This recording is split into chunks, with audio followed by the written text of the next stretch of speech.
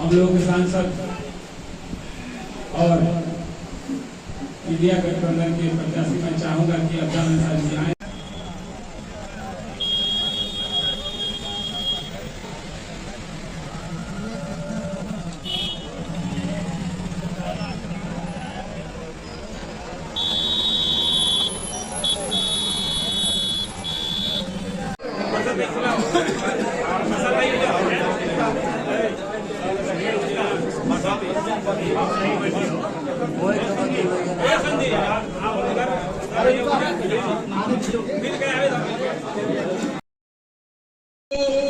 व्यवहारिक कठिनाई है जिसकी वजह से वोट पूरा उठ नहीं पाता।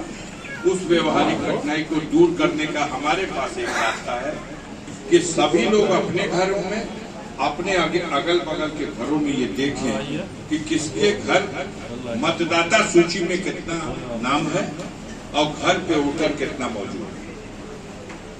सूची तो बड़ी बनेगी, लेकिन मतदाता घर पे नहीं है तो वोट कैसे पड़ेगा।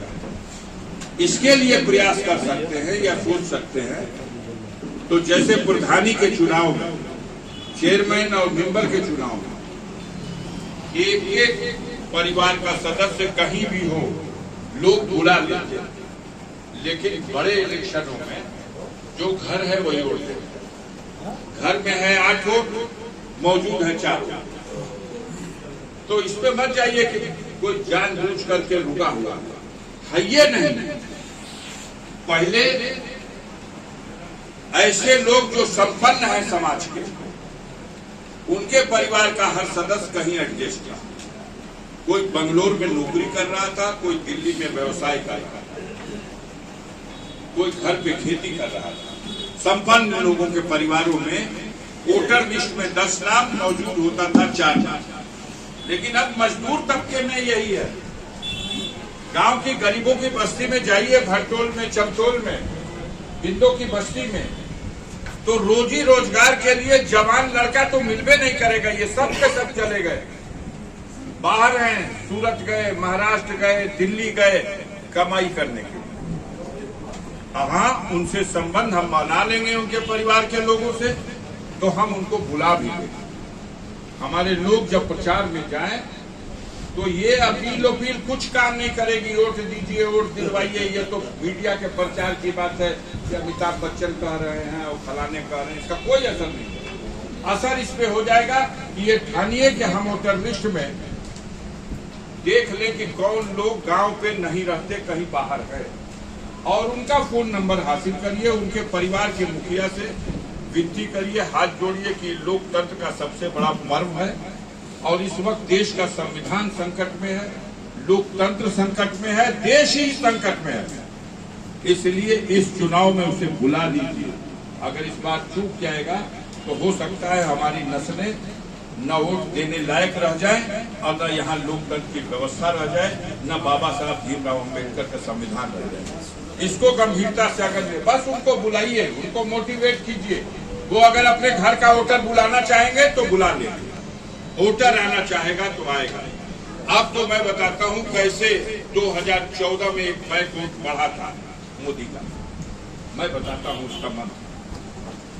सूरत में, अहमदाबाद में, पूरे गुजरात में लाखों लोग यहाँ इस क्षेत्र के जो मजदूर गए थे काम करने के लिए, गुजरात के सारी फैक्ट्रियों से उनके मालिकों से ये कहा गया था इनको आने जाने का टिकट दो और 1 सप्ताह की छुट्टी दो। और मतदान से 1 दिन पहले सूरत के सारे कल कारखाने, अहमदाबाद के सारे कल कारखाने, महाराष्ट्र के सारे कल कारखाने बंद कर दिए गए और मालिक ने छुट्टी भी दिया और आने जाने का टिकट भी दिया। उस समय व्यवस्था ऐसी थी, अंबानी का खजाना खुला हुआ था।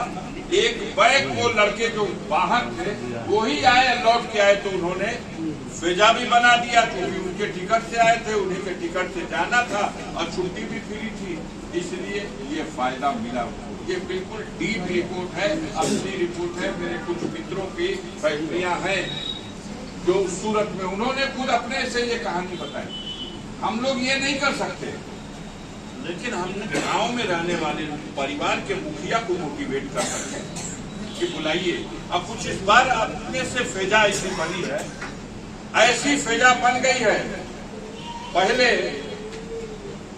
जो फेजा बनाने के लिए एक तरफा साधनों का इस्तेमाल भारतीय जनता पार्टी करती थी, आज उसका मुंहतोड़ जवाब मैं कांग्रेस पार्टी के लोगों से भी कहना चाहूंगा कि आपकी पार्टी की तरफ से आपका सेल अब कांग्रेस पार्टी का जो मीडिया कवर करने वाला सेल है वो भारतीय जनता पार्टी के सेल का मुंहतोड़ जवाब दे रहा है और उनके बिल्कुल सामने से